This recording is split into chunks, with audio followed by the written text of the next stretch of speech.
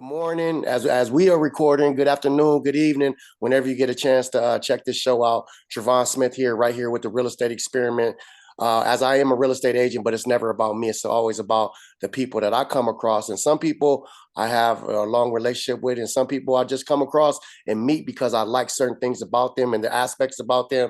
And this man right here, I got a chance to say, I'm like, hey, his social content is pushing the line. He's from Los Angeles, place I know dearly. I like his sweatshirt. I told him this morning, which, represents a lot for people that understand, the struggle down there off of Crenshaw and whatnot. And with no further ado, Mr. Newberry, how you doing? Hey, how's it going, man? How's it going? Good, good. And I'm hanging in there. Glad to get a hold of you, man. I apologize. I said Nickleberry. Yeah, Um, yeah. I got a chance to come across your social media. We never had a chance to meet, but that's one of the highlights I like about the real estate experience is meeting different agents and find out y'all perspectives and y'all journeys because it's always intriguing. As I came from radio to real estate, Okay. so when you have that sweatshirt on, the reason why I said that I was on the team with Big U was the first to play Nipsey Hussle. So Wow. Okay. yeah, so we broke Nipsey Hussle. But other than that being said, go ahead and give people an introduction about yourself. Tell them a little bit about you. And I'm always interested in hearing your journey of how you got into real estate. Yeah. Reiichi Nickleberry, born and raised in Los Angeles. Before it was the Creed Academy, it was St. John's the Evangelist on 60th and Crenshaw, Mhm. where the Nipsey mural is. So I went to junior high there. I spent my junior high there, and then I went to Westchester High School. So I'm born and raised in LA, stayed in LA, went to Cal State Dominguez Hills, Mhm. for a bit. And then essentially I joined the military at 19 years old. I joined the Air Force and got to travel the world, see a bunch of different things, and that's what kind of got me introduced to real estate. Okay. I bought my first house in 2007. Go Okay. figure. And then as things were changing and the market was crashing and the banks were getting bailed out, I was sent to Hawaii, so I didn't have to um, take too much of the brunt. I did have to short sell my home. So in 2008, I found out what a short sale was. You Okay. know what I mean? So then I started just paying attention to the market and paying attention to the places where I grew up because my grandmother has always lived in the same home over here in View Park, and I've just always have had access and friends. So when I got out the military, I took it upon myself to get my real estate license now that I had time to sit down, and so I can give back to the community, be an advocate for the community, and just give some people some information that they may not know. Like I said, Mhm. I wasn't the expert when I got into it.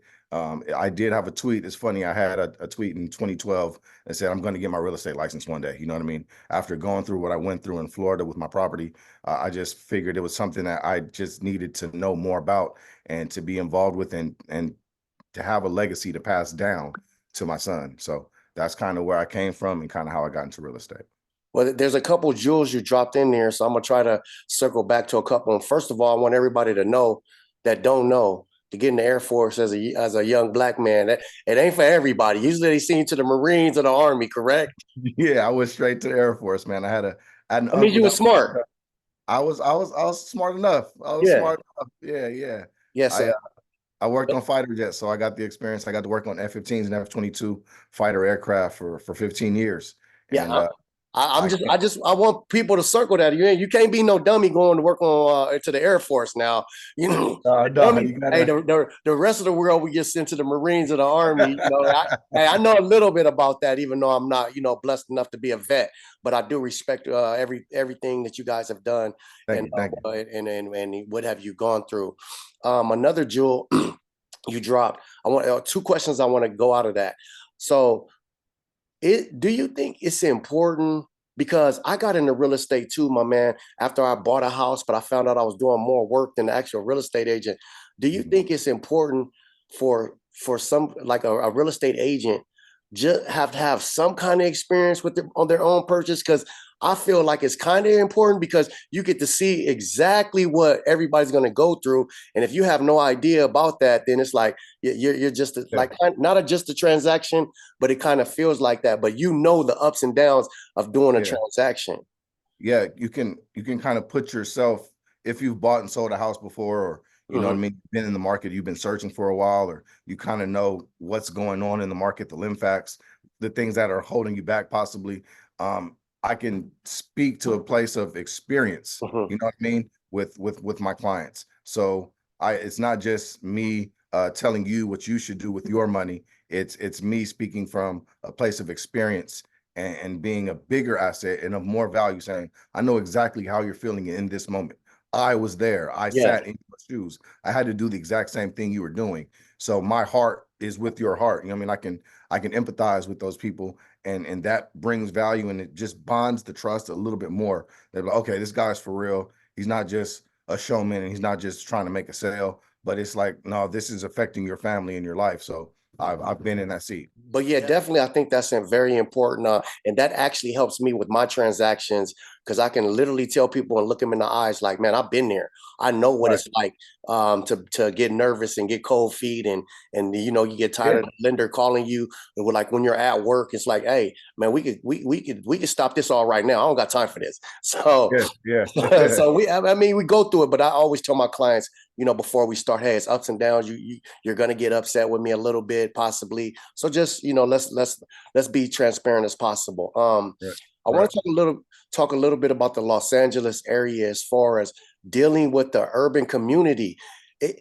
Man, it's hard talking to my people as far as like what they should do as far as investment of some kind of mortgage. I always tell people like you don't gotta buy here to stay here, but you need to get involved in real estate in some fashion. What's your That's it. experience with that, especially you Air Force, you purchased a home and now in real estate? Uh, you do not have to buy in LA. You do not have to buy where you grew up. I think that's the biggest hurdle people have is Yeah, I cannot buy in the neighborhood that I grew up in. yeah, Right. So that's the biggest hurdle. And I understand, like I grew up in View Park. It's tough. It's 1.5 and up over here. So you're probably not a first time home buyer here. You yeah, might be a first time home buyer in Carson, or might be a first time home buyer in the Valley, right? But get your foot in the door somewhere. You might be a first time home buyer in Texas. You know what I mean? So just because LA or the neighborhood you grew up in is the prices are changing. It's people being priced out, period, right? The renters probably can't afford in a lot of the neighborhoods that they rent in or the neighborhoods they grew up in. But that doesn't mean that home ownership isn't for you. Long Beach is a different market. yeah, Rialto is a different market. Rancho Cucamonga is a different yeah. market. You might be able to capitalize and just get a little bit more experience and more success in those neighborhoods or Yeah, I always those parts of town. Yeah. because dealing with people, the biggest thing, one of the biggest things is travel, right? But I'm like, you can live on the outskirts of LA and it take you 45 minutes to get in there and be right down the street. My mom live on Florence and Normandy. I could be literally trying to go to the Staples Center and still take me 45 minutes. So Yeah, it's tough, man. LA is like you can't predict what's going on as far as traffic and things like that. But I noticed a lot of people from Los Angeles are scared to make that move, like, hey man, you can always travel back to the city, man. You don't gotta live here because unfortunately with the economics, you may not be able to purchase right here. Yeah, and I get it. I understand, but there's options. You know what I Yeah, mean?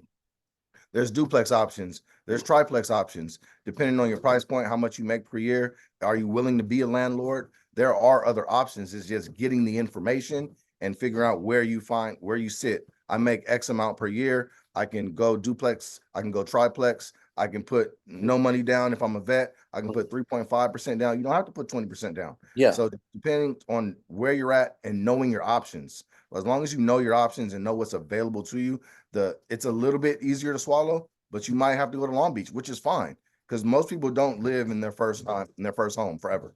You'll yeah, probably be in there for 7 to 10 years, and then you're renting it out or you're selling it for almost double, and you're out of there, and then you're to your second home or your forever home. So just get in somewhere. You know what I mean? Even if it's Texas, Georgia, North Carolina, get in somewhere, figure that out, and then bring it back to LA if that's your wish. hey, them is words from a wise man right there, because I promise you it sounds like we've been in the same conversation, the same brain process, because I tell people that all the time, just purchase somewhere, man. um if you're just tuning in, man, it's the real estate experience. Travon Smith right here with Mr. Nickleberry, Los Angeles' own real estate agent. We'll have all his information up where you can reach him at if you're in the Los Angeles area and need somebody to talk to as far as education, financial literacy, and buying a home or selling your home. This guy knows his stuff. Let's talk a little bit about the market, and it's supposed to be 3 to 4 cuts this year, and it's scary. I'm still having the same conversation with people like, hey, if you're renting, it's still a good time for you to buy because all your money you can't really worry about the interest rates to a certain degree when all your money is just going out the door and none of it's coming back as far as equity. What's some words of advice you give for that people who are concerned about the market, and what's your opinion? Do you think it's going to be a rate cut this year, or maybe one or two, or how do you feel? So I believe that we might. This Fed said that we're going to cut rates 3 or 4 times this year. Um, with stagflation and the price of goods going up, and the economy not going up, that's going to be tough to do. We want to see more cuts, Uh-huh. but as far as being on the west side of Los Angeles, the competition is still there. So Yeah. now, do you wait for the rate cut or do you wait for the home? Right? Because you can wait for the rate cut and it may never come. But if that home that you're looking for is on the market today, it probably won't be there in 60 days, right? So how much are you willing to risk? Uh-huh. Do you want the 5% interest rate? We probably won't see it. You might see 6.5, right? So is there an option? I know that 9043, Citibank and Chase Bank are offering $7,500 if you finance your mortgage through them to buy down your interest rate.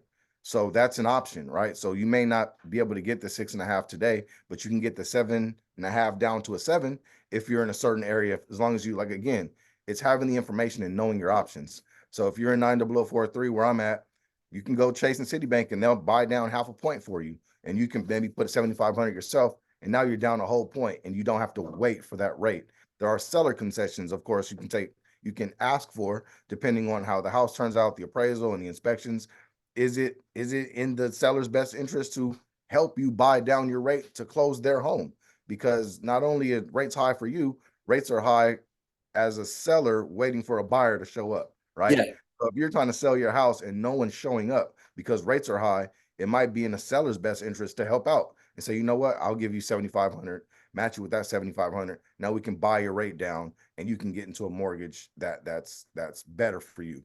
As far as waiting for the rate cuts, I don't think you would want to wait because Uh-huh. that someone's going to buy that home. Someone's going to talk to their Yeah. realtor and figure out how to get the payment low enough, and they're going to take that home, and it won't be on the market ever again. So if you're in the market and you're shopping and you find the home, just figure out exactly what you need to do to get that thing down. If you can do it, if you can't, I totally get it.